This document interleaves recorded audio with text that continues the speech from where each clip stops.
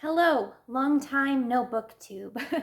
I took an extremely long break from booktube because when I started to get into booktubing, it was during college, which was a very inconvenient time to try it.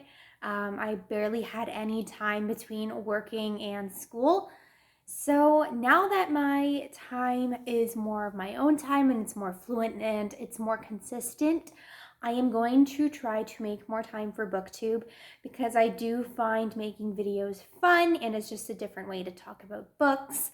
Regardless if anything comes out of this or not, it's just to have fun and to talk about books, right?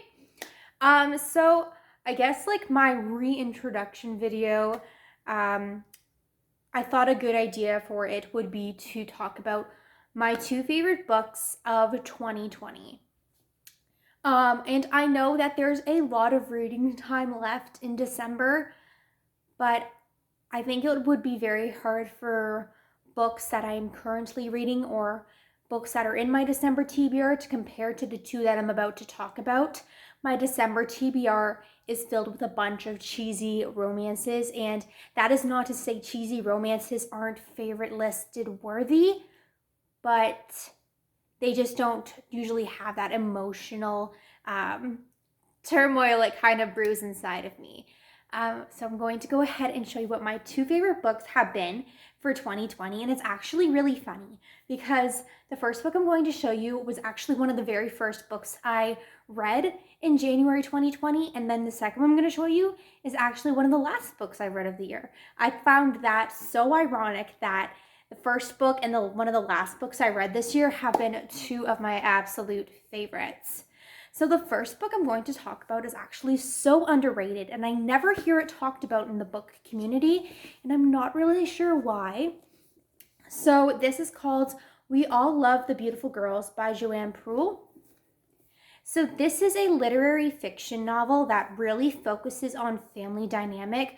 So it follows different families, the parents, their children, and a lot of drama and emotions and trauma, so to say, unravel. And this novel is so gripping. It really pulls you in. I will say that in order for you to enjoy this book, you will have to enjoy multiple POVs. So flipping POVs through each chapter. And you'll also have to enjoy like almost like a lyrical form of writing because Pruel literally takes you on a dance with her words. She's definitely one of my favorite literary fiction authors now. Her writing is stunning. This plot is actually also pretty detail-based, so if you don't like detailed writing, you may not like it.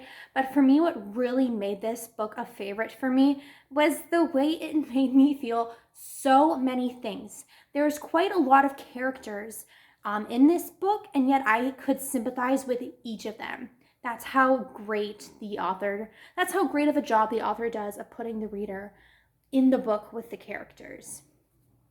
So obviously I rated that one 5 stars.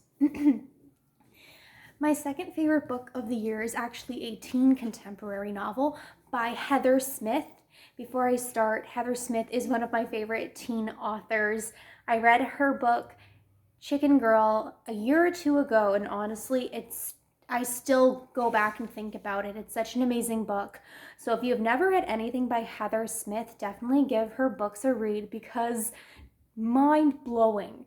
So this one is called The Agony of Bun OKeefe by Heather Smith, and this was actually my 100th book of the year.